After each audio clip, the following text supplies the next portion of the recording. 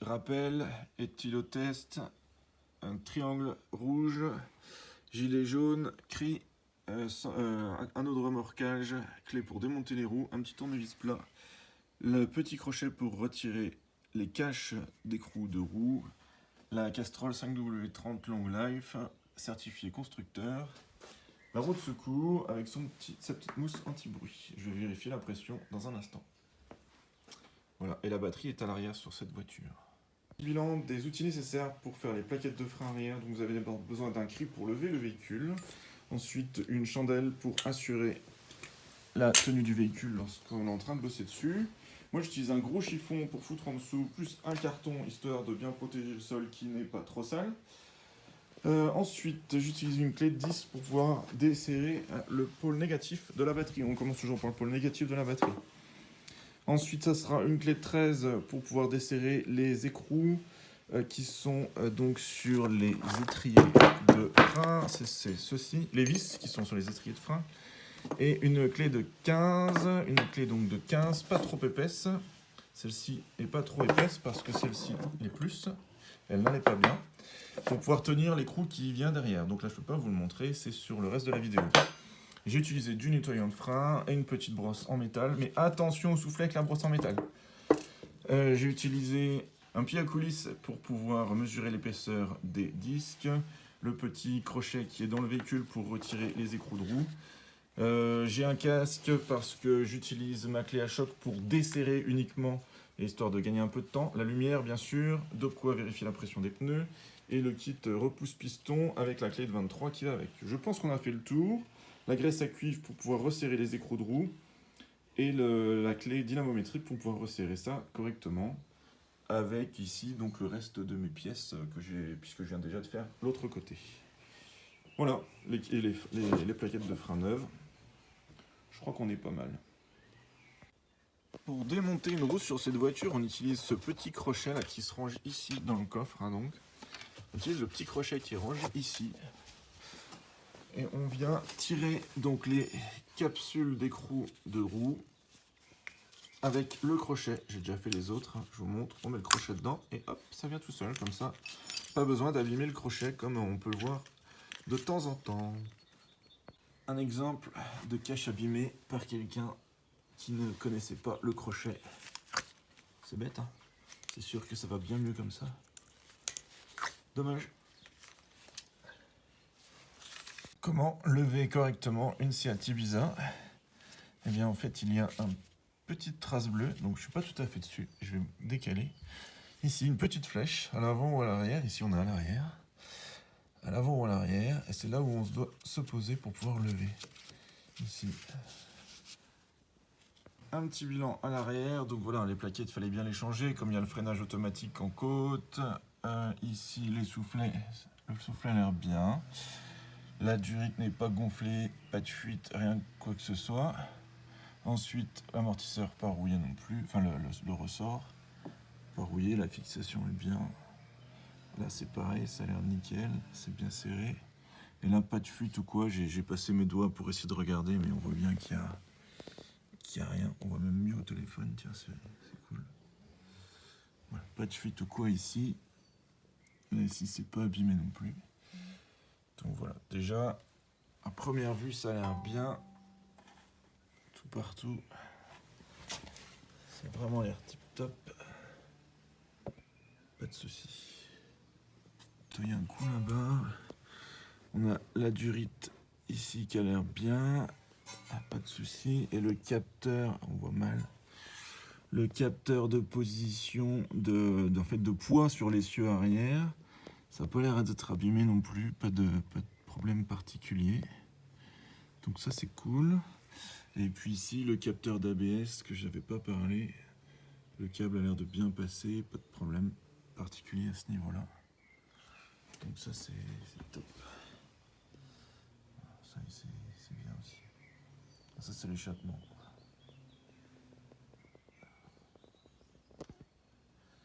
Donc concernant l'échappement, tant qu'on y est, c'est où? Ça c'est de l'eau parce qu'il pleuvait. On va mettre la lumière. Ici c'est bien. Où est-ce qu'on est là? Le tube il est où? passe là, bien sûr. Le tube est... Faudrait que je regarde en détail, mais il n'a pas l'air abîmé. Forcément, ça s'oxyde, hein, ça chauffe, ça refroidit, ça chauffe, ça refroidit, c'est tout à fait normal. Il est où là le tube? Il passe là.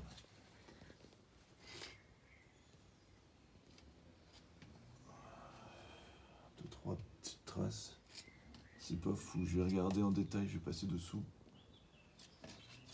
Mais bon, c'est une voiture qui a 110 000 km.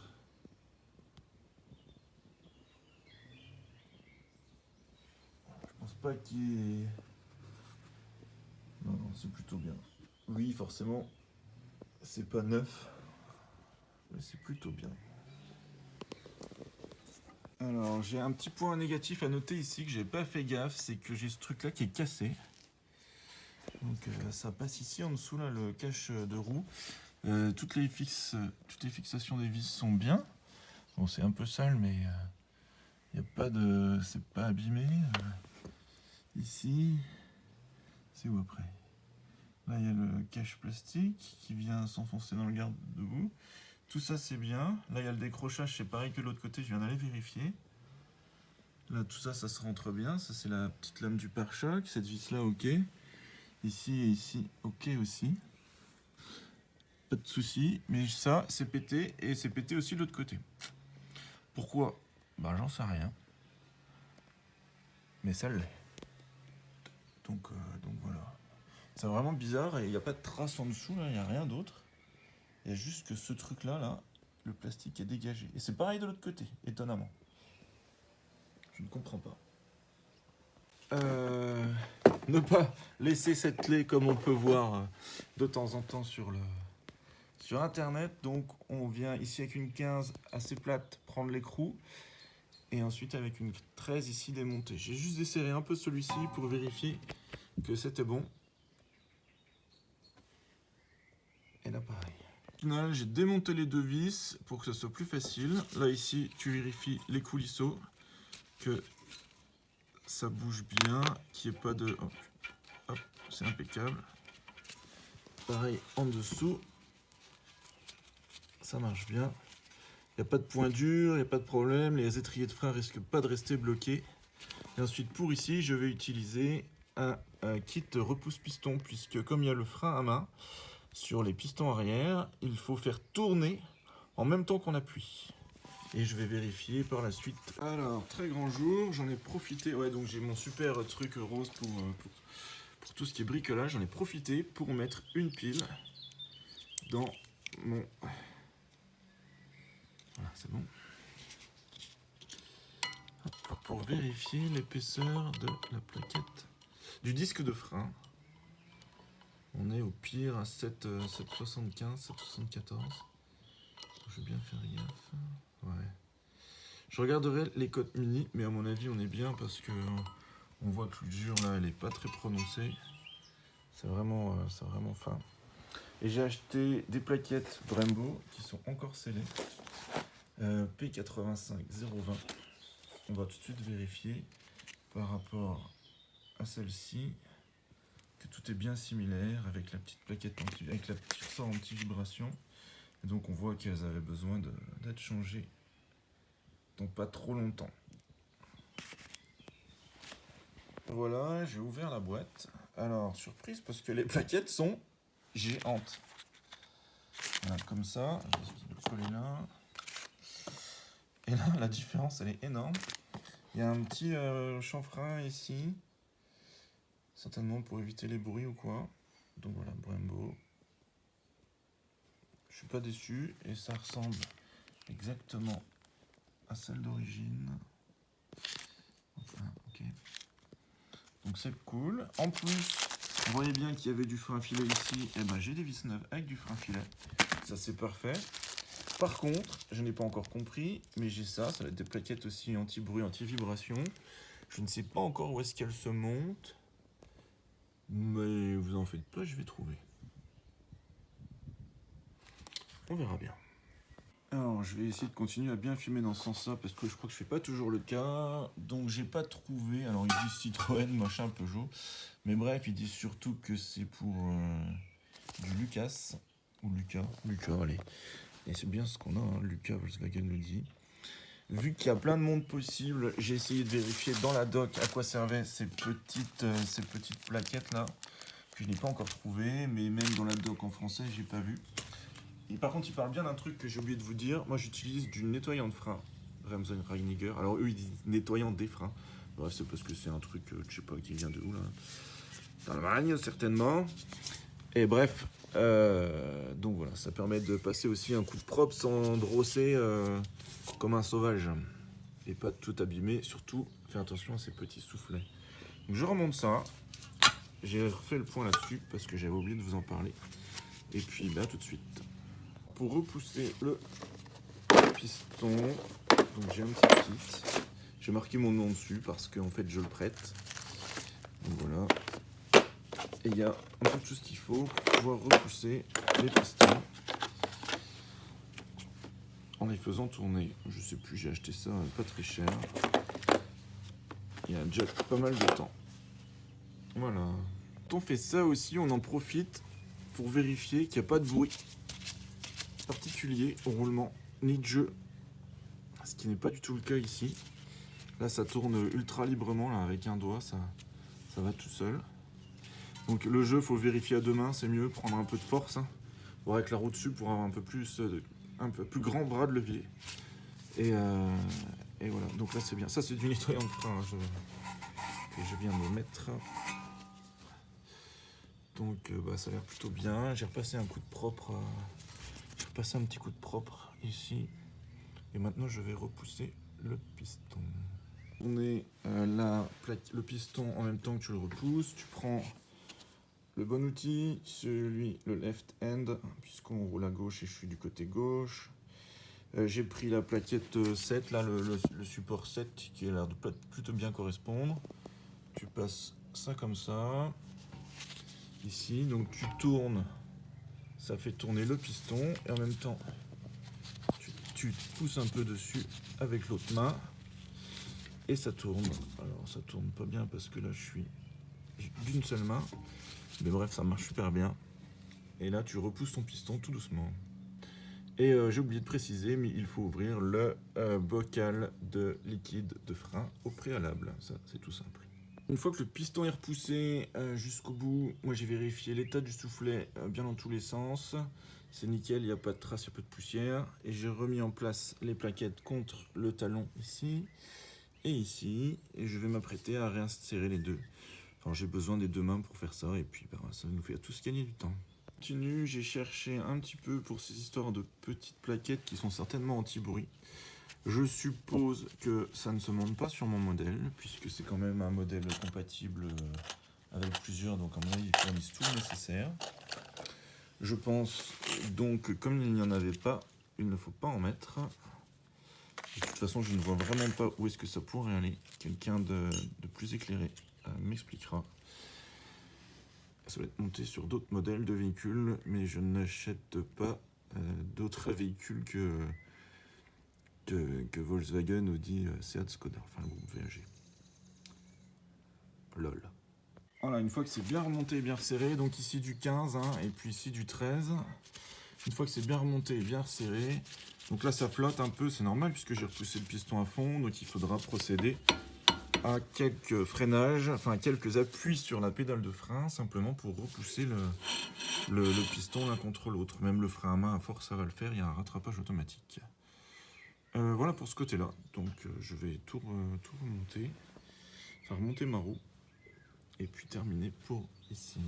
Vidéo de la roue pour montrer qu'elle est bien toute neuve. Juste que je viens de changer mes pneus en fait. Il y a 1000 km. Donc voilà, j'ai pris des pneus avec un peu de déport pour protéger un peu les jantes, ce qui n'était pas le cas avant. L'ancien propriétaire avait légèrement touché les jantes. Est-ce que ça se voit ici? Ouais, ça se voit ici. Elles sont pas nickel. Voilà, il avait touché les trottoirs. Bon, ça arrive. Mais avec normalement ces pneus-là, ça devrait arriver beaucoup moins. J'ai complètement zappé de vous parler du graissage que je refais aussi. Et là, justement, on a un bon exemple. On a une légère trace d'oxydation. Alors, cette oxydation, en fait, elle vient que le fait que la roue est un objet cylindrique en mouvement, le disque aussi. Cette rotation crée un léger courant, un léger champ magnétique, un léger courant donc, qui transite à travers les éléments de liaison qui ne sont autres que des vis.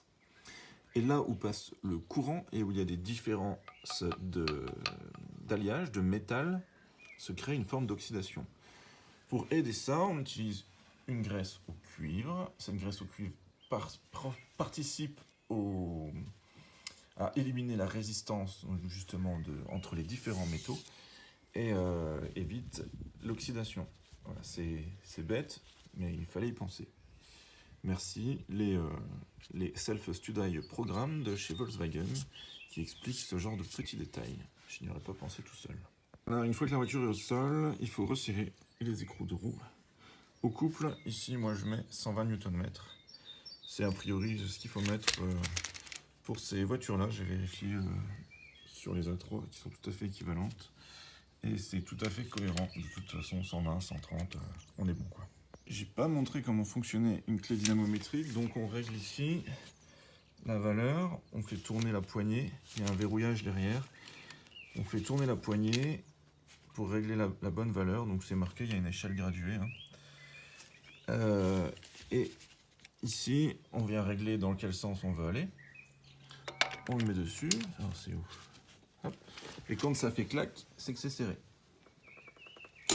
Voilà. Quand ça fait clac comme ça, c'est qu'on est arrivé au couple. Et donc du coup, pas la peine d'aller plus loin. Voilà, c'était tout simple, une clé dynamométrique. Donc nous voici de l'autre côté de la voiture. Avant de lever tout ça, donc je rappelle, on se prend sur la petite flèche qui est là. On ne la voit pas bien à la vidéo. Je suis pas à côté. Non, c'est ça, on la voit juste pas bien. Elle est vraiment là. Voilà. Avant de lever la voiture, on met une vitesse et on met une brique devant chaque roue. Ça suffit amplement pour que la voiture n'avance pas. Là, c'est un peu humide toujours, comme de l'autre côté, parce que ça descend, la flotte, elle descend d'ici, et la voiture était garée dehors cette nuit. Là, c'est bien, le fil n'est pas abîmé. Et là-bas, ça file là-bas. Et là, la durite. La durite, on ne la voit pas facilement. Voilà. Elle est bien, pas boursouflée, pas abîmée. Du roulement, rien d'anormal. Pas de jeu, pas de bruit, à part le bruit de temps en temps du contact sur les plaquettes, puisque je ne sais pas encore les monter. Mais c'est impeccable. Bon, c'est tout, on va démonter ça. Je pense que je peux vous laisser, puisque j'ai fait tout le restant. Ça, c'est un petit tuyau d'évacuation, à mon avis, de la trappe à carburant, là, du trou qui est là. Du trou qui est là, par là, là. Tiens, d'ailleurs, qui était un petit peu bouché. J'ai bien fait de regarder. Voilà. Hop. Bon, bah c'est bien. C'est bien. À part, ah oui, ici, donc, on est dans le même état, ici. C'est con, je sais pas pourquoi c'est foutu comme ça. Il n'y a pas de traces de choc. Il n'y a rien. Je sais vraiment pas pourquoi c'est comme ça. Bon, en tout cas, j'ai acheté la voiture comme ça, j'avais pas fait gaffe. Le soubassement, tout ça, ça a l'air bien. Ça n'a pas l'air d'être abîmé, il n'y a rien. Je ne comprends pas. Bon. Et là non plus, c'est bien. Là, c'est le dessous. Au niveau de la roue de secours. C'est impeccable. Bon. Tout, je comprends pas pour ça. On va le laisser. Je pense que ça coûte 50 balles le truc, là, le garde-boue en plastique. Même derrière, c'est pas abîmé. Je sais vraiment pas pourquoi c'est comme ça. Bon, en tout cas, je l'ai jamais entendu, ça bouge pas, ça tape pas. Donc, c'est pas très grave, c'est pas une voiture neuve. Au final, après avoir repoussé les pistons, j'ai nettoyé, vérifié que les coulisseaux bougent bien librement. C'est bien le cas, les deux. Ça bouge bien comme il faut, il n'y a pas de souci. Le piston, donc j'ai nettoyé un petit coup ici, hein, il y a encore du nettoyant de frein.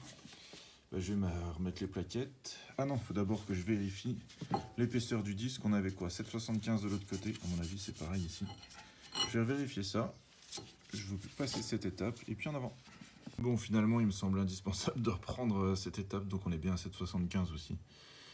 ce qui est cohérent au niveau de l'usure. Donc on n'a pas de souci, mais vu que j'ai bien vu qu'il n'y avait pas de problème avec les coulisseaux, pas de problème ici, enfin voilà, ça semble normal qu'il n'y ait pas de différence sur une voiture comme ça. Donc voilà, pas de problème particulier. Je fais un tour ici aussi parce que je sais qu'il y a de temps en temps ça peut poser problème sur certains véhicules. Mais moi c'est bien. On est pas mal du tout. De toute façon ça sera vérifié au contrôle technique, mais au moins comme ça je fais le point. Il n'y a pas de problème. Allez, je remonte ça. C'est parti. Documenter cette partie-là pour repousser le piston côté droit, on utilise le repousse-piston right hand. En fait, il tourne dans l'autre sens. Le RH, R pour right. Et le LH, where is it? Ici, L pour left, donc gauche, côté conducteur gauche, côté passager à droite. Voilà, une fois que ça c'est fait, je peux les ranger. Une petite précision qui a son importance avant de repartir. Donc j'ai tout resserré au couple et tout, enfin avec les dynamos. On vérifie bien, on pompe plusieurs fois sur la pédale de frein. On vérifie bien que la voiture est toujours libre et ensuite on teste le levier de frein. Normalement il y a 5, 6, 7 crans. Bon, moi j'ai 5, si je tirais fort je pourrais en mettre 6, donc on est vraiment dedans. Et bien vérifier que la voiture soit libre, ce qui est le cas, je peux juste la pousser, elle se déplace, voilà, et que quand on met le frein, ça fonctionne, et quand on appuie sur le frein, bah voilà, ça marche. On fera une petite séance de roulage, histoire de lancer les plaquettes, puis voilà, ben, je pense que pour les freins arrière et tout ce qui était essieu arrière, on n'est pas trop mal. Qui est bon. Est-ce qu'on pouvait faire la mise au point au bon endroit? Ouais. Donc voilà, on voit là, ici, le niveau qui est bien, et surtout, on remet le bouchon. Voilà, une fois que c'est fait, on peut aller manger.